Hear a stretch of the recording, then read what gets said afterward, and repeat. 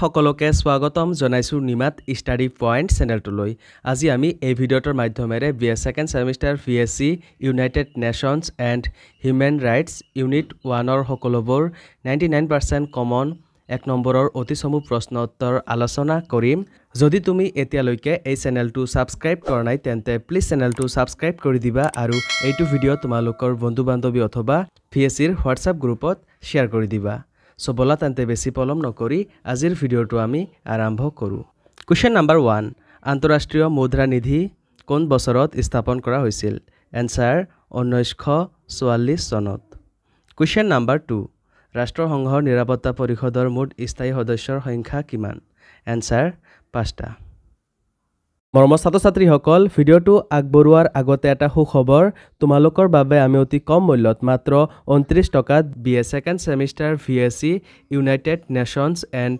human ৰাইটছৰ model questions and এনসাৰ্ছৰ ebook তৈয়াৰ কৰিছোঁ যোৱা বছৰ যিসকল ছাত্ৰ-ছাত্ৰীয়ে এই ই-বুকটো পাৰচেজ কৰিছিল তেওঁলোকৰ ফাইনেল এক্সামত 100% কমন পৰিছিল বুলি তেওঁলোকে জনাইছে তোমালোকেও যদি এই ই-বুকটো পাৰচেজ কৰিব বিচৰা তেন্তে স্ক্ৰীনত দিয়া হোৱাটছআপ নম্বৰ অথবা ডেছক্ৰিপশ্যনত দিয়া লিংকত ক্লিক কৰি তোমালোকে মোৰ মেনেজাৰৰ লগত কন্টেক্ট কৰিবা ধন্যবাদ কোৱেশ্চন নম্বৰ 3 আন্তঃৰাষ্ট্ৰীয় ন্যায়ালয়ৰ মূল কাম কি এনসাৰ ৰাষ্ট্ৰসমূহৰ মাজত উদ্ভৱ হোৱা আইনী বিবাদসমূহ নিষ্পত্তি কৰা কোৱেশ্চন নম্বৰ 4 ভাৰতে শান্তি পুনৰুদ্ধাৰ কৰিবলৈ কোনখন দেশলৈ শান্তি ৰক্ষাকাৰী বাহিনী পঠিয়াইছিল ক নেপাল খ বাংলাদেশ গ শ্ৰীলংকা ঘ ভাৰত এনসাৰ গ শ্ৰীলংকা কোৱেশ্চন নম্বৰ 5 বিশ্বায়নৰ এটা নেতিবাচক প্ৰভাৱ এনসাৰ স্থানীয় সংস্কৃতিৰ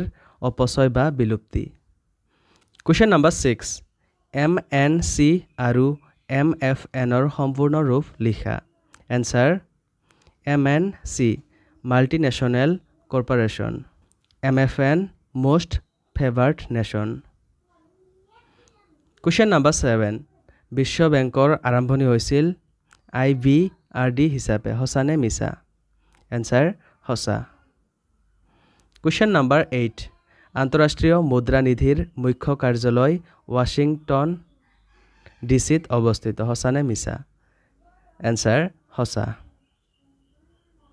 কোৱেশ্চন নম্বৰ 9 বান কি মুন হৈছে UNৰ সপ্তম সচিব প্ৰধান সঁচানে মিছা এনসাৰ সঁচা কোৱেশ্চন নম্বৰ 10 ৰাষ্ট্ৰসংঘৰ স্থায়ী 5 সদস্যৰ ভেটৰ অধিকাৰ আছে সঁচানে মিছা এনসাৰ সঁচা কোৱেশ্চন নম্বৰ 11 কোন চনত নাটো প্ৰতিষ্ঠা হৈছিল এনসাৰ 1949 চনত কোৱেশ্চন নম্বৰ 12 বিশ্ব বাণিজ্য সংস্থাৰ জন্ম হৈছিল অপশ্যন 1 1990 চনত অপশ্যন 2 1992 চনত অপশ্যন 3 1994 চনত অপশ্যন 4 1995 চনত এনসাৰ অপশ্যন 4 1995 চনত কোৱেশ্চন নম্বৰ 13 আৰ্গুৱাৰী ৰাউণ্ড অফ টক্স নিৰস্ত্ৰকৰণ আৰু অস্ত্ৰ